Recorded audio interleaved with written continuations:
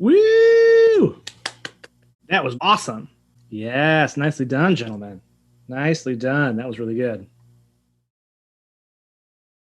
Well, hello out there in internet land, and welcome to the Saturday Night Synthesis. I am Alex. I'm your host, and I am where I usually am in Baltimore, Maryland, but not everyone is where they are. Who's the someplace weird? You're going to find out after I give you the spiel. We would also like to thank Fetz, who was a great, amazing guest on a past episode. Go check that out. He was so nice enough to those amazing visuals you just saw on that track. So Fetz, thank you so much. Go check that out. It was amazing. Thanks a lot. But I want to let you know, one, that today is our 21st show.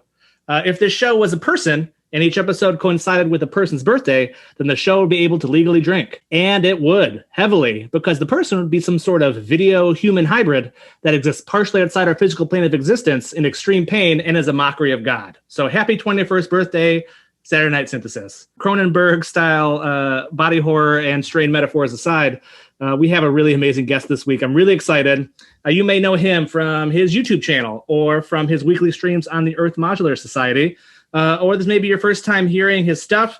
Anyway, let's give a warm welcome, or any welcome you want. You're already watching, I don't care, to Woke-Ass Messiah. Woke-Ass Messiah, thank you for being with us. It's been really looking forward to this week. It's a special show. You're a special guest. How does this Saturday find you? Oh, this Saturday's great. Loving it. Just hanging out in my dining room, playing some synthesizers. It's a good spot for it. Yeah, I can hardly argue. It's a lot. My regular studio is much smaller, and I too have a special guest today, and we'll just let that be a surprise for a little bit. See, that is what we in the industry call a tease. I'm actually not. Well, then you're going to have to keep watching, fellow internet person, to figure out what the special surprise is. But it is going to be a good one. So later tonight, Woke-Ass is going to play us a song. We're going to have a chat too. I'm really looking forward to that. Also, if you want to hear more of his stuff, you can check out the notes of this episode. Look at the links. You can check out our social media, Instagram at Saturday Night Synthesis. You'll get clips of this show, updates on what we're doing. So check that out too. And while you're there clicking buttons on your computer screen, why don't you like and subscribe to this video and the channel? Because that would be a nice thing for you to do, and we would appreciate it very much. Now, it is my distinct pleasure to welcome the man, the myth, the legend, appearing remotely, not from semi-permanent exile on Long Island, but instead in Atlanta, Georgia, Frederick Foxtrott. Frederick, how are you? Very good. I'm at my home, away from home. I came and visit my buddy Jay, and we spent the day out vinyl shopping in Athens, which was fantastic. We were at Wuxtree and picked up a bunch of really great stuff. Just really excited for tonight. It's our kind of our season finale, and I'm really pumped about it. And I really felt good about the song. I really love grooving with that one. Yeah, that was amazing. So is Jay the person who was playing the bass guitar in the background? Yeah, I knew that Woke was going to have someone kind of guest, and I was like, you know what? That's such a good idea. The friends that I stay with are like family, and they're also musicians and very supportive of music and music scene. Well, yeah. So let's get into it. I want to get into that track you're playing because it was amazing. It sounded so good. And a couple times I was like, how's he getting that great guitar? Oh, that's how he's getting great guitar noise. Right. There's someone literally playing the guitar, but it sounded so in the mix. Like it sounded like a real integrated part of the piece you were performing. So it really good. Did you guys rehearse that? We knew yesterday. We started kind of putting the song together. I'm with a kind of, I refer to it as my tiny desk concert like rig. And so it's with a lot of modules that I'm not very familiar with. So I decided to just kind of use the sounds that I know how to make and just kind of really just don't try to go too far astray. Usually I like to do a ton of stuff and have it really going crazy. But this time it was a very simple strings kind of pads in the background using the Rings Easter egg mode. I think it's something like Terrible Sadness or something like that. If someone can correct me in the comments, I'm sure I'm fucking it up. But it's a really great kind of organ/string mode on Rings, and then use Plaits as like an oscillator instead of more of a drum sound. That main melody that was going over the strings was coming from the Plaits, then modulated by the oct, and then also my hand modulation. So you could probably also tell that the strings were kind of made thicker by the mimeophone, and then adding, of course, the the DFAM, which is this, I'm very, very just touching the DFAM. And again, the principle being instead of, I think DFAM is a module or a tabletop that you could easily go, crazy with. For the purposes of this song, I still kept it really simple, turning on and off certain things that I'd kind of set, just so that I could, really get in the groove and not have to worry about the limits, which I'm not sure, because you don't know the limits of what you're doing. I'm not so familiar with the modules yet. Even though I've had them for a while, it's still taking me a little bit to kind of get really comfortable with them. And then of course, Jay was killing it on the bass. So it sounded great. It sounded so, I really like that effect over it too. There was like a noise I wasn't familiar with. It's part near the beginning and later in the song. It's almost like a bird chirping noise, like really kind of high pitched. Is that the? That's just that oscillator on like a very high octave. I initially had it actually tuned down a little lower, but I pitched it up and I actually ended up liking it. I'm not sure how it's going to be in the mix, and I don't know how it's going to turn out on the Zoom call, obviously. But I'm hoping that going through the Milky Way in the reverb, that it cuts off a little of that high end, so you can hear the high notes, but it's not too piercing or cutting through the mix. No, it wasn't piercing. It was bird-like. It was like melodic. Like it wasn't like a piercing noise. It was like this kind of like chirping tone. It worked. It sounded nice. I was like, oh, I never heard that one before. And the melodies were very quintessential, kind of like my kind of melodies too. Like that. Yeah. Well, it was interesting too because you didn't build it up. You kind of got into it. Like the song started and you were already into it. And I was like, oh, that's different too. So I like that. I wanted to kind of get it done in 10. It really sounded great. I'm always impressed with your melodic patches, Frederick. It's like it's something I really aspire to, because I have like some melodies in my patch, but that's not what my like focus is in building a patch. Is usually not necessarily melody. It's more like texture and patterns and rhythms. Thank you very much for saying that. The melodies are something that I almost like, that's kind of how I hear music, is through the melody. I come from the opposite way, where like I'm trying to like figure out how to get out of it sometimes. I think I've talked about like the fact that I like sometimes I have to strip away so much because I have too much going on.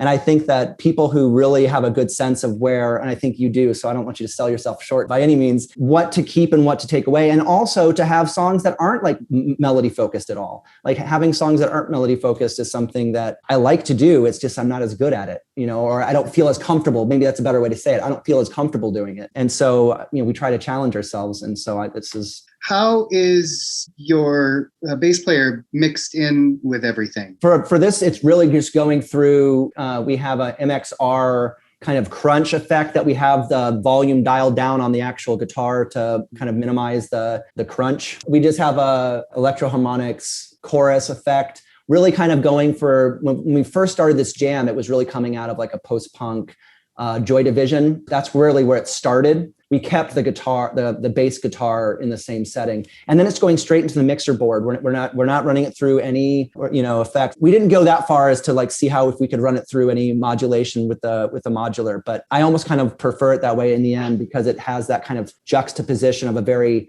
known, I think it's a very classic sound for a bass sound, and then to have it with all that synthesis on top of it. Sweet. I have a question for Jay, which is, have you ever played with like a modular synthesizer or anything like that before? Is that, I know everyone's played music together, but you ever played with a synthesizer like that before? And was it a little different, or is it kind of the same as just picking up people jamming with people with guitar and stuff like that? Yeah. So no, I've never played with a synthesizer, a synth player before, and I think before doing this, I would have thought that it would be maybe akin to, in a way, like feel-wise, playing along to like a drum, like a click track or like a drum track or something like that. And it wasn't at all. Like it felt like very human. It felt a lot like playing with like a guitar player or something like that, which was awesome. Yeah, that's super interesting. I'm always just really interested in playing different kinds of instruments with synthesizers, because it's a different kind of beast, and so I'm always find the kind of combination of the two really interesting, and how I really like Sylvan Esso really got me in a lot of synthesized music, and that's a person singing with a modular synthesizer, and that's the two things that are going on at the same time. And I think that's really interesting watching that interact musically. That's a really interesting answer, because that's something that we talked about modular being not when people think of electronic music, they think of something on a grid. And in fact, modular does have this kind of give and take and feel, and you're experimenting and things don't always come exactly 100% on beat sometimes. And there's a human feel to it that I think is really surprising to a lot of people who first encounter it. Yeah, that's what I was thinking. And it's cool. That's a great answer. Thank you. Oh, and Harris is in the audience from Bethesda, Maryland. Harris is a longtime audience member, and he wanted to know how you prepared your synthesizer for travel, for the road. Like, did it affect like which ones, what you picked? Did you move kind of different modules around when you did it? Did you take certain things for other things, or how transporting it across country? So the first rack that I have is a self-contained rack. I kind of consider it its own instrument. It has its own character. When I designed this rack, it's the same thing. I look at them as like Voltron. I can put them together. They ought to on their own, like stand alone. So I chose this one to kind of challenge myself because I don't have a lot of experience with it, but I know that I can make some great sounds and I have really awesome modules. So there's no reason why not. So I just chose this rack and I knew I was just going to take this. I have a ZI-10, which is a mixer that's supposed to be for performance and on the road, which is a really great asset for this. And then, of course, the BeatStep Pro. So that's pretty much all I have. And then, of course, like a lighting stand and whatever else for the filming. But I just picked 3 pieces of gear and put it behind all my luggage, and it traveled just fine. It was like surprising. If I play a gig or something like that, the big fear is, can you take it? Everything is portable. And actually, I was surprised at how portable it was. Awesome. Then now it's time to welcome Woke-Ass Messiah. Woke, take it away.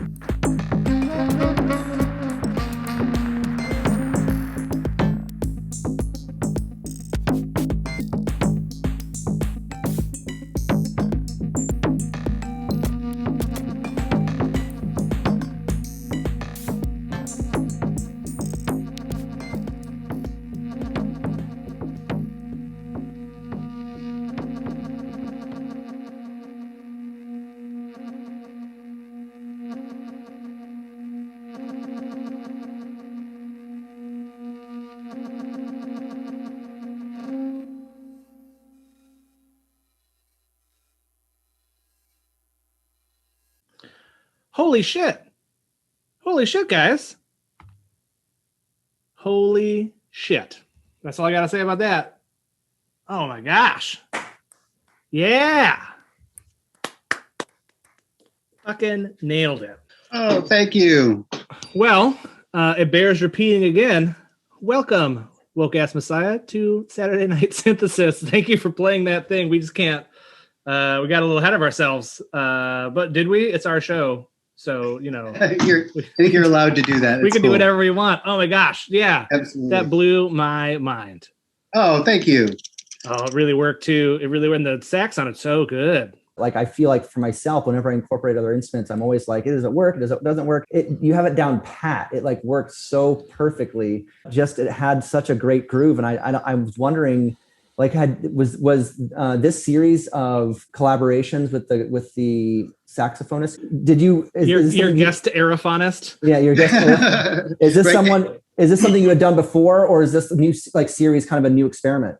We have a regular Wednesday night music meetup. We've had this going on for years and years and years and years. And we're just starting to get back into it now that people are starting to get back together. I had never really brought my modular into that ecosystem at all with any, I think maybe I brought it once or twice just to, see what could happen, but I didn't really have a plan. I didn't have a really good way to get sound in and out of it. And so it didn't really make a whole lot of sense. But since I've been working on ways of getting sound into my modular, and I don't have like a dedicated in-out.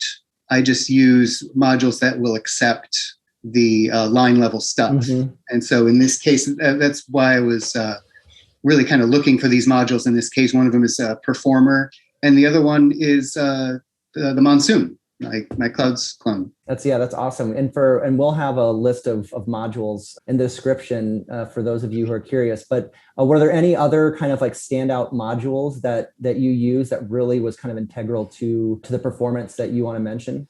Yeah, absolutely. I mentioned earlier that one of my like big interests in modular is patterns, triggers, gates, LFOs, that kind of thing, and playing those against each other and with each other. And so I really like to have lots of stuff like that in my rack. And one of my favorite controllers currently is the Nipro Dot, which is a 3-channel Euclidean trigger sequencer with mutes. So it's real easy to just like, that's why I say I use it as a controller.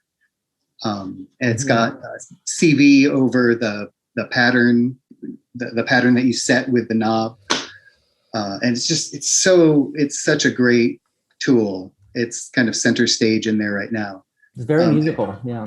And also the tempi. I use tempi a lot with the mutes to get stuff turned on and off, and to program different patterns. You gotta look and see what I got in here. I'm pretty new to this rack. I just got this new case about 2 weeks ago. And populated it. It's gone through a couple different configurations, but I think I'm pretty happy with where it sits right now. Sound amazing. I mean, I have a million questions, but I should probably only ask one more before we hand it over to anyone else who wants to have a question or anything. I just got the DFAM as well, and you're kind of known for being a DFAM. You're the DFAM whisperer. I love DFAM. I don't think that people can really appreciate the skill you're bringing to it if you don't actually know how it's working and how you actually it requires attention. It requires you to kind of set what's going on above, because I have it as a bass, and then set what's going on above, and to modulate and to automate what you want to automate, but to really pay attention to what's going on if you want to have the kind of variations and the kind of sounds that you produce, like you do so well. I guess this is a long way of saying you make it sound easy. Just the way that that it demands so much attention, but yet you seem to be capable of bringing in all these other sounds at the same time. You visit over here and over there, and it's detractors often talk about the 8-step sequencer and how it only got 8-step sequencer, and like, oh, you can like set the tempo so it skips, and you can maybe do a 7-step.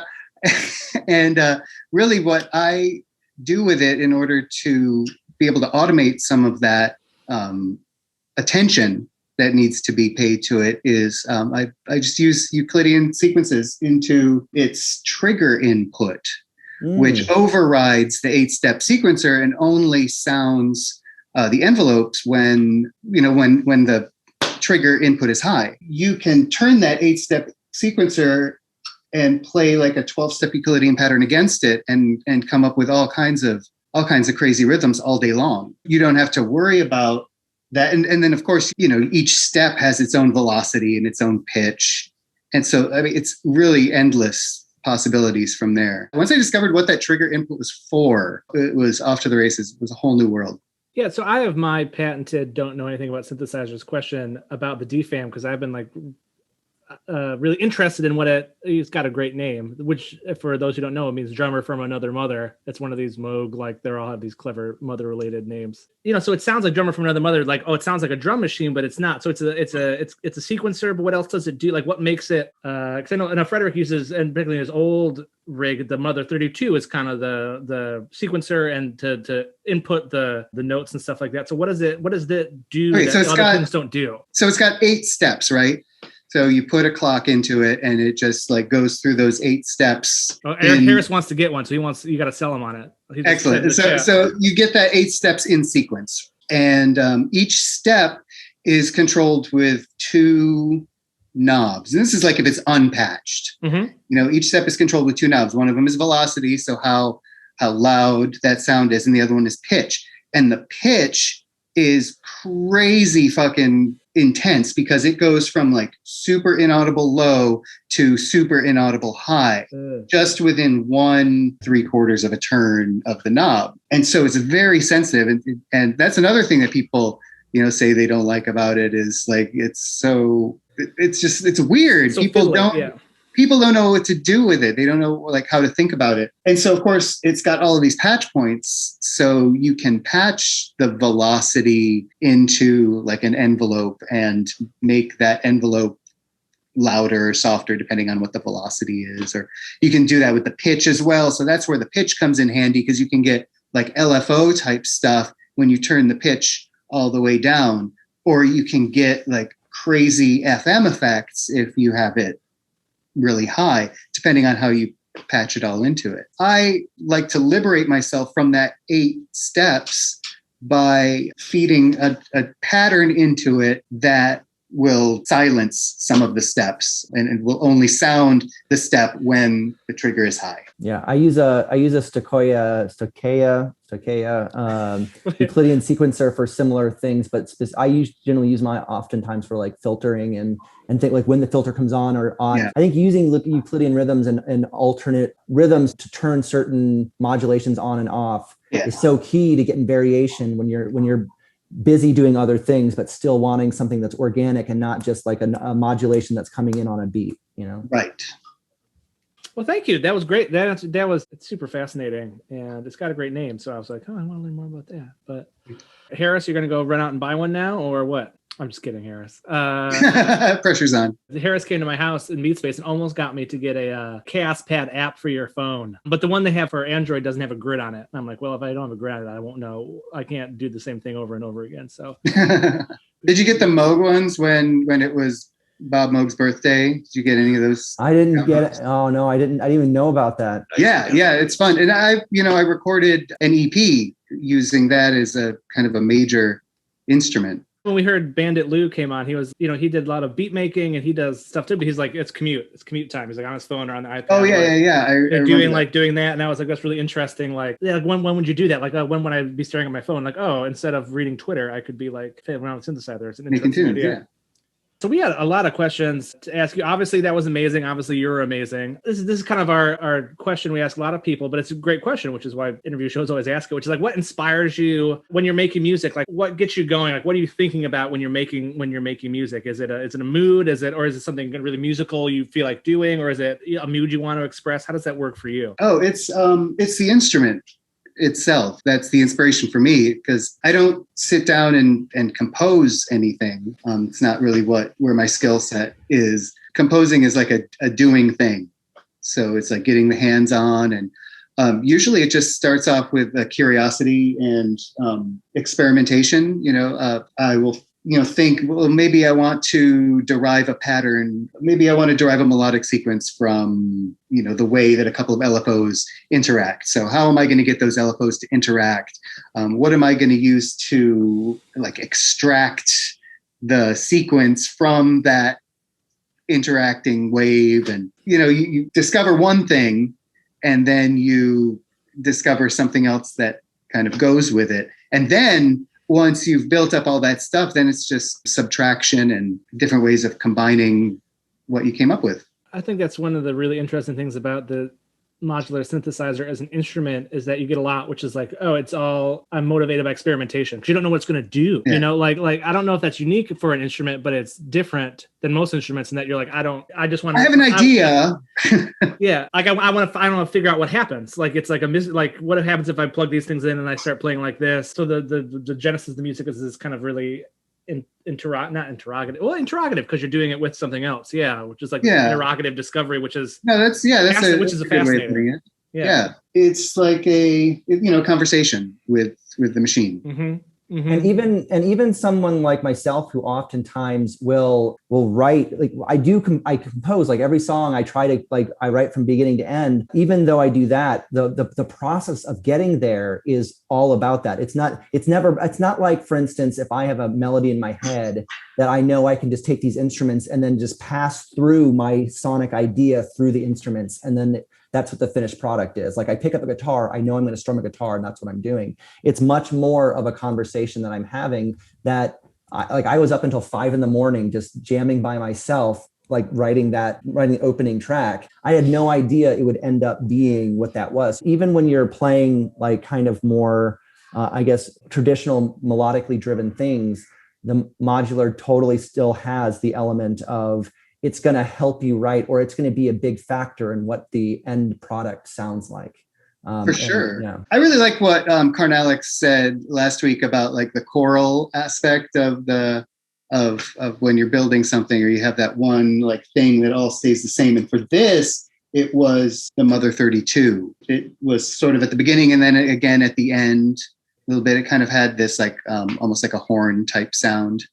With a soft attack on the envelope and kind of a longer decay, and had some FM in there too. Now, when you say FM, what is that? I'm using the frequency of another oscillator to control the frequency of the first oscillator, and just sort of not going crazy with it, but just putting a little bit of that onto it to give it a little bit of grit or texture. Mm-hmm. Mm-hmm. Cool. Yeah. And I think it sounds kind of a little brassy. That's one thing that some people may not know is when you have a sound like an oscillator, which is your tone, you can give that tone texture, or Woke said, a kind of different feel if you kind of slam another oscillator into the side of it, right? And cause a little bit of vibration, or using one sound source to make the other sound source have a little bit more. Gives it a wobble. Yeah. But a really high frequency wobble, so it kind of sounds like a little fry going on. There was a time in that piece, I think it really worked because the sax and the noise coming out synthesizer.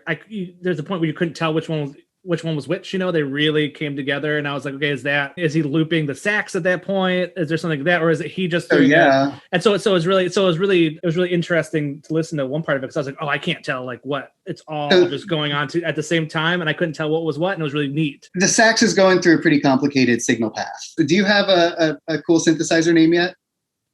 No. Okay. Not tonight. Dave tonight. It's just Dave tonight. Dave, that was great, man. That was an amazing performance. I loved it. It sounded great. It was great. We've gotten to the point where we kind of read each other, and we have kind of a nonverbal cues, and I can listen to his music and predict where he's going next. Mm-hmm. And then I can either change it or follow along his path. And then sometimes he'll change it, and it'll give me a decision point to follow one path or another. Yeah, Dave's real good at sliding into what is happening around him. So I thought it would be ideal for him to come over and see what happened against the kind of stuff that I do on Modular, which is a lot more accomplished than the kind of stuff that I can do on bass or guitar. I'd play straight through. It was mostly so I can stay in tune with what he's got going on. But he would cut me out and pull me back in, and cut me out and pull me back in at certain points. Yeah, definitely have my hand. So I was talking about the signal path a little bit earlier. So there's always dry sax, just the way that it's patched into the mixing board. But then I have a send from that channel going into a mult, which sends the saxophone to either a mixer where I can mix it into Performer, because I've got 4 sources that I can choose to go into Performer. There's another saxophone channel that goes into Clouds, which is what I was using quite a lot to loop. And I love Clouds. And it's pretty great. So that's where the send is coming from. And like I said, I have a mixer, a 4-channel mixer that is sending audio from one of the Disting wave player algorithms. Just have some junk loaded in there and have it really warped with the audio with scrub, so I can really get it to be pretty chaotic sounding. And when you have chaotic source material, it's all better. Well, I think another thing we wanted to talk with you about tonight, and if you out there on the internet enjoyed that, you were in for a treat, because there's a lot of Woke-Ass Messiah music on the internet. And one thing we'd like to talk about is kind of how do you keep up with that content production? How do you not only make the music, but also stay motivated, stay on task to kind of consistently produce music and release it on the internet like that? Well, it's a discipline, first of all, that you have to get into a habit of doing something. But I've been involved in radio for over 20 years. And radio is one of those things where it's like the tides. It happens whether you're there or not. The relentless clock is always like ticking. So that is a really great way to develop a habit of producing content on a regular basis. When I started streaming, I discovered EMS. And that really upped what I was doing. I was streaming before, but it would be on my own channels. And, maybe I'd get somebody on there, and it was just very kind of one-sided. So another part of what gets me going is interaction with other people, and just knowing that what I'm doing is, we could talk about it, or we can be inspired by each other. Totally. Yeah. I think that even things like doing a show like Saturday Night Synthesis, and maybe this is a good moment to reflect on that, meeting so many people and being able to kind of be exposed to new ways of using the modules and things that you would never have thought of on your own. And the kind of support that gives has been so obviously great for me. Having that is inspiring in its own. I want to kind of be a part of that community, right? That community is something that I want to be a part of. So the kind of production of that music is something I see as kind of my, I don't want to use some sort of weird nationalist border. It's my ticket into is making music is as much as listening to and having access to all these other great minds and things like that. Yeah, absolutely. Well, it's really interesting too, because we getting guests on the show. You're like, would you like to be on our weird internet show? People are like, fuck yeah. And you're like, really? The reaction is so overwhelmingly positive and enthusiastic. I've known for a few weeks that I wanted Dave to come on and do this thing, but we hadn't really gotten together to kind of figure out. I've been struggling at the Wednesday nights recently on how to get the equipment there, how to set it up. And I've come to an okay situation right now, but this is just recently, as sort of the pressure of the of the show is mounting. It worked out that Dave has a job that allows him to stay up late, and I can stay up late as well. And my wife just left town, so we can make all kinds of ungodly racket at all hours of the day. Yeah. So Wednesday was the day she left town. And immediately I moved all of this gear onto the dining room table. Yeah. That's funny. Keeping tabs on the community and what's going on online on Instagram and things. People are now starting to play live shows, I got my first live set coming up in a year and I'm doing this. And, doing this show, you get people are busy. People are busier. People are doing more stuff. So I wondered, particularly a whole year of developing a craft, how do you think that's going to interact with this kind of return to live performance? Well, I tell you, Woke-Ass Messiah's Sunday service might as well be called Woke-Ass Messiah's Woodshed, because I mean, that's really kind of what I've been doing on EMS is just woodshedding in like the classic sense of just playing to play and to develop the techniques to allow you to do that and just to get comfortable with that kind of exploration. It took me a while to be able to play for a long time. I specifically set the Sunday service to be an hour as a challenge to myself when I first put it on the schedule, because it took me a while to put it on the schedule. It's like an hour commitment. Jeez, that's an hour. It's a lot. It is a lot. Before I was kind of maxing out, before I started playing on EMS regularly, I was kind of maxing out at like 20 minutes. Mm-hmm. And that was like long. I'd be like a 20-minute track. I did a 35-minute track once and I was like, holy crap. And so now for me, like a 35-minute stream is like, Tuesday. Yeah. And that is also a huge confidence builder for going out and saying, hey, I'm going to get on a stage. It's all in context, though. You're talking about, you're like woodshedding, but you're woodshedding in front of people, right? So all of these practices are being developed in front of an audience, like live, as opposed to if you did everything you've been doing, but for yourself. I think it really changes people's relationships to the performance and the music, because you're doing it in front of, there's interaction, there's performance. Streaming, like on EMS, you're always doing it in front of people. There's always people watching you. Yep. Just enough to get you to build up those muscles. When you're out playing live in front of people, you don't have the kind of, like when you're at EMS, you kind of know who's going to be there as well. I mean, and that's great because it's like an engaged and interested audience. They kind of know what you have going on. You go out to the park, for example, and you're playing in the park, and all of a sudden, I think you were talking about this last week, you get people, or somebody was talking about it last week, or just like, hey, what is that thing? What are you doing there? And then you get the opportunity to talk about it, to tell people about it, and that in turn just grows everything. Alex called it socializing the modular, which is what Well, the first time you watch someone be like, I made this noise, and then I took it from this thing, and I plug it into this thing, and it makes the noise different.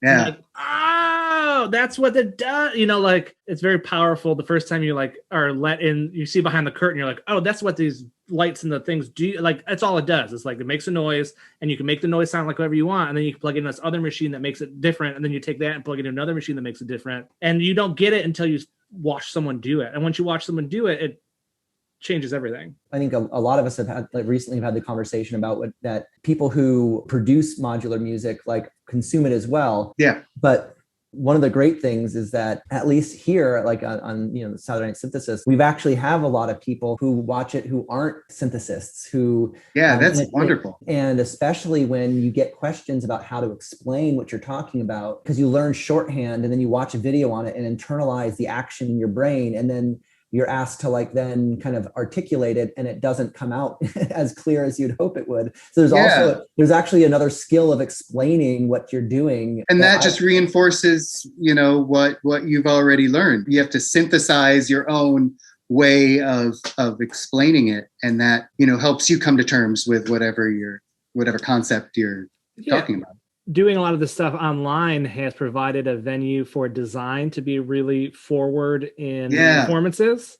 The show you did with NIMS, New York Modular Society, where he was doing it, and all of a sudden the beat hit, and it was the black and white projection on the wall that was doing all these crazy geometric things, and I was just like, what? And it was like totally. I think that was John Hatch. But John Hatch, was it John Hatch? Yeah, and I was just like, but that was so powerful, like as art, and it was just him projecting something on the corner of a room, right, and hitting the top of the mod.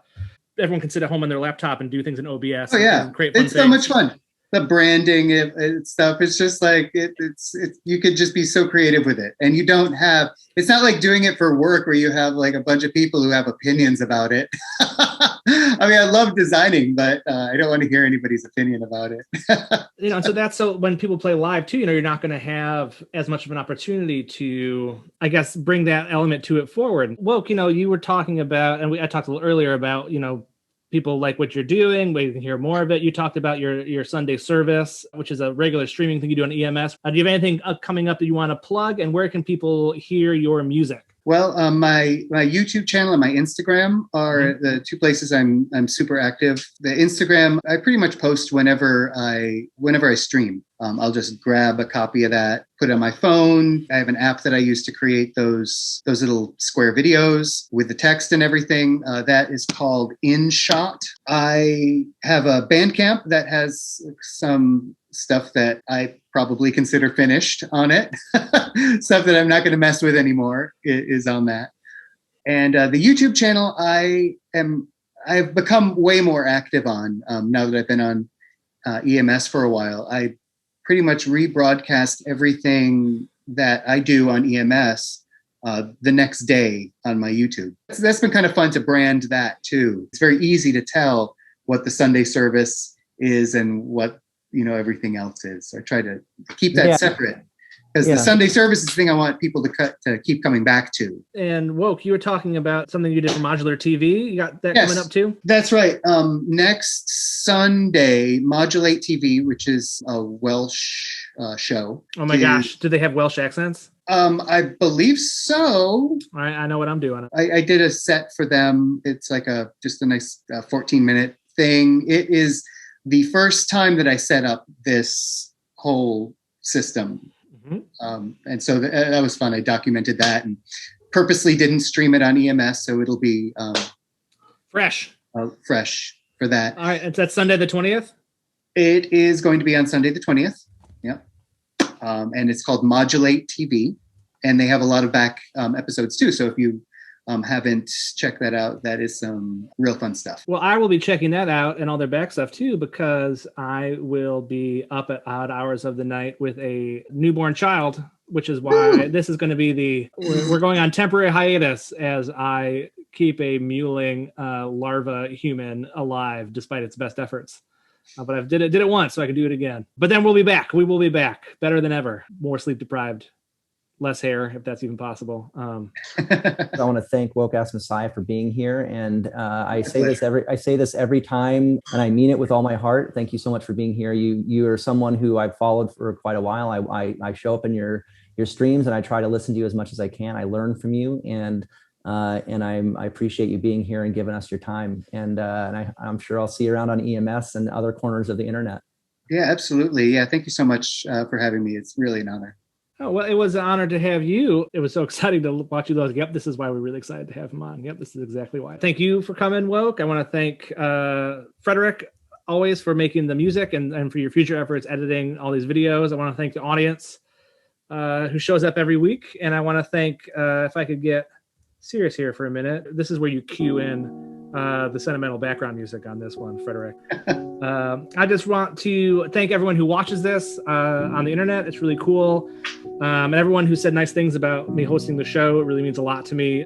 So it's really fun. It's been really great kind of out of the pandemic, out of all that, and out of just life comes at you fast in general, to like find something to do, find a project, find a community, find something new to learn about, and to get involved in all that has been really fun and really meaningful at a time when it's been nice to have something fun and meaningful to do in your life. And I would like to especially thank Frederick Foxtrott for doing this with me, for going on this journey, for being like, hey, let's play on the internet and watch you do that, to let's actually make a show about it, and then to keep working at it. It's been a lot of work. He puts in so much more work than I do. It's just a statistical fact.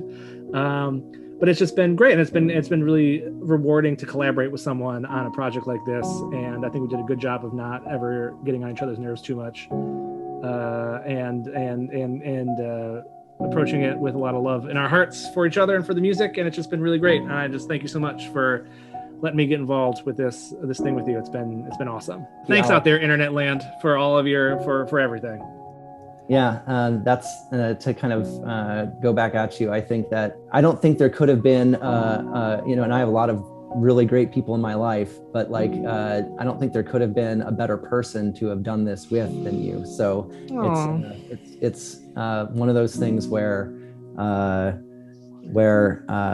it was kind of the right moment to kind of try something with someone, and I'm really glad that we decided to do it. So, ladies and gentlemen, that's going to be it for us.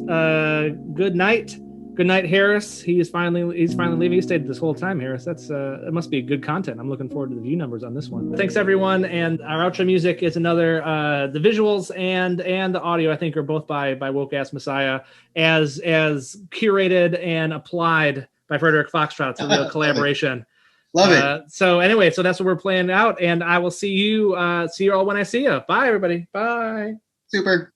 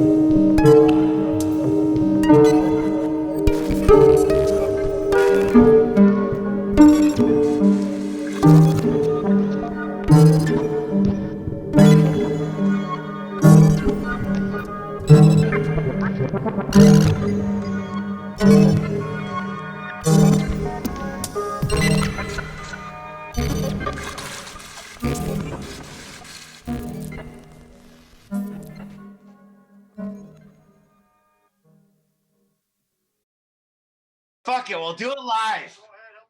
We'll do it live. I don't give a fuck.